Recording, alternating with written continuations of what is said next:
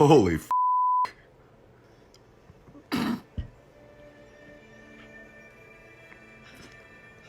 This is cruel, man.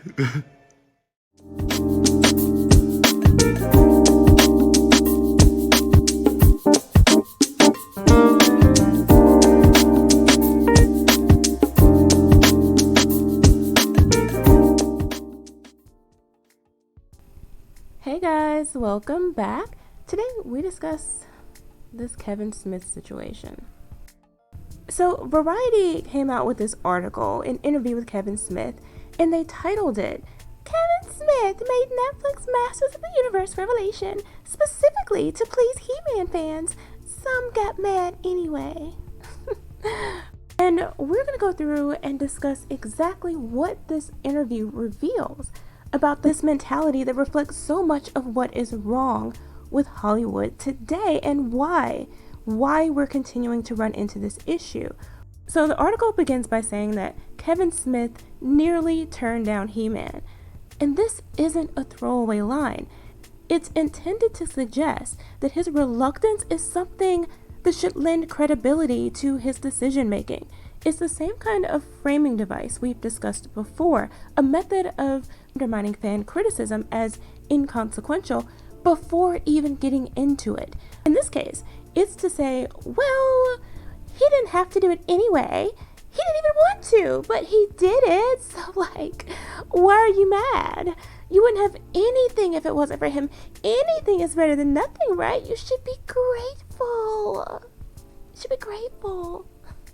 And that's their first mistake.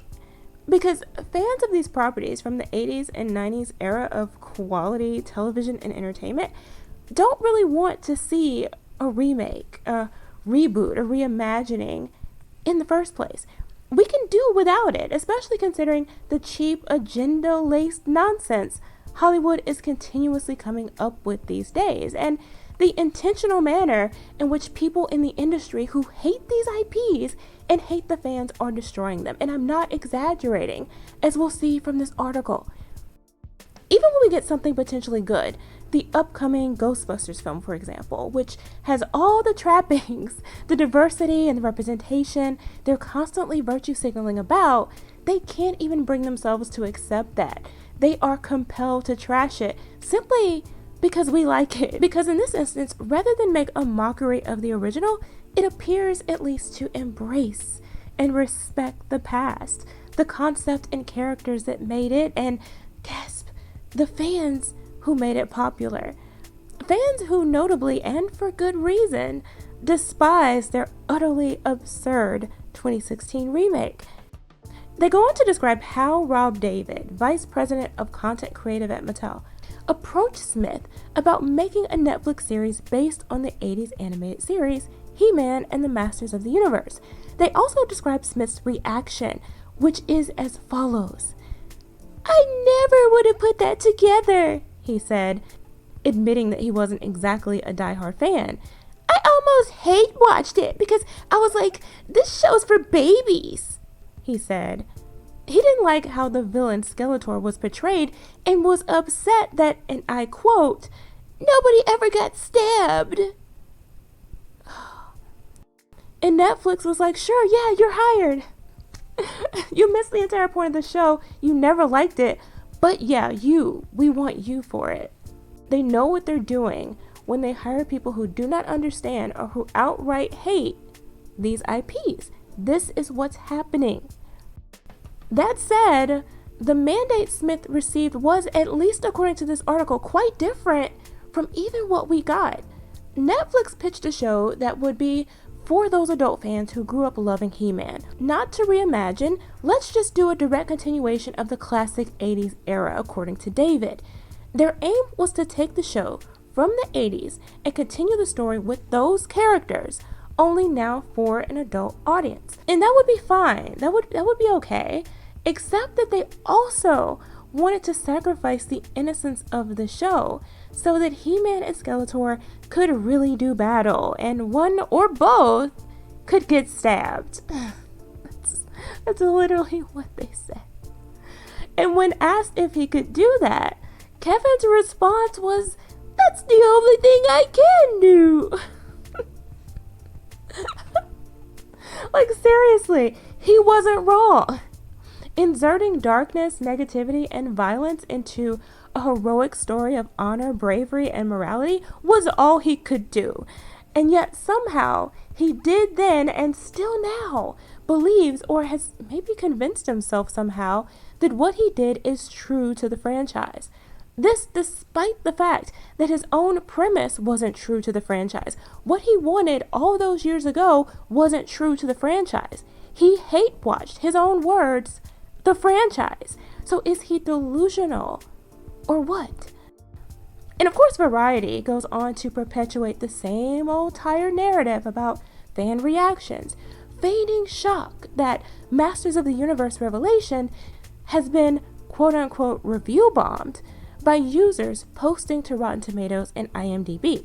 They do at least acknowledge that the reviewers are fans and that the general consensus among those fans is that Smith had indeed not given them the thing they grew up watching, namely, he had not given them He-Man. But this isn't even an argument they try to attack. Instead, describing the choice to kill him off from his own show, to sideline him and make Teela the center of it, they describe that as bold. By the way, I'm legit surprised they didn't describe it as stunning and brave. What's worse, it was Smith's idea to not only break the sword of power, but to actually break Adam too. And not only Adam, it was also Smith's idea to portray Teela as this angry, bitter, and disillusioned woman who's mad at He-Man for whatever reason. According to Variety, and I'm quoting here, "She was the perfect vehicle for what Revelation was trying to do, strip away everything the heroes cared about." Even the voice actress for Teela, Sarah Michelle Gellar, admits when she read the script, her reaction was, "Oh, she's the show. Okay, this is new." And she too admits she wasn't a fan. She didn't pay much attention at all to the original He-Man. But get this, it's because of men. No, really, her lack of interest in the show is blamed on the world telling her it was for boys. Now, the original He-Man ran from 83 to 85. Gellar was born in 1977. She was only 5 or 6 when the show came out, so if she didn't like it, then it wasn't because of society or men or boys. She just didn't like it. And that's okay. But she should also understand, and so should they all, that if you don't like an IP and you decide to change it, you can't get mad at those who did like it, being critical of your uninformed and downright hateful interpretation. She also talks about the original being gender specific and complains that there wasn't a character that she saw herself in. Now, somehow, she sees herself even in Skeletor. This is what she said. The most disingenuous, illogical garbage I've read in a while. But of course, logic and common sense goes out the window with these people. In responding to fan outrage, Smith has only been dismissive, defensive, and hostile. Here's what he had to say. "I know there are some people that are like, 'Hey man, this show's woke,'" he said. "I'm like, alright, great. Then so is the original cartoon. We're effing sequelizing. Go watch it again. There are girls in every episode. Deal with it." And there we go again with how this entire discussion is being framed, with lies, misrepresenting legitimate fan criticism and reducing it to whammon bad, when quite obviously actual fans know and like the female characters. Their existence was never and is not now the issue, and he knows this because the specific changes he made had nothing to do with girls in the episodes and everything to do with how He-Man's story and how He-Man himself is being treated. Smith then has the audacity, the unmitigated gall, to gaslight and question who is or isn't a hardcore fan. This coming from someone who admits in this very article to hate watching the original series. They have the nerve to tell fans to stick around, hold our opinions, and wait for part 2, a part 2 which isn't even finished yet. How could fans be confident that anything about this series will turn around or redeem itself when all we've gotten thus far from its creators has been a complete deconstruction of the story and the characters, and being cursed out and attacked for daring question it, rather than being good little boys and girls and quietly consuming the trash we're served by people who never had any interest in the original in the first place? But hey, those are my thoughts. Let me know what you guys think in the comments below. What do you think of Smith's response? Are you sticking around for part 2? Is there any hope of it getting better?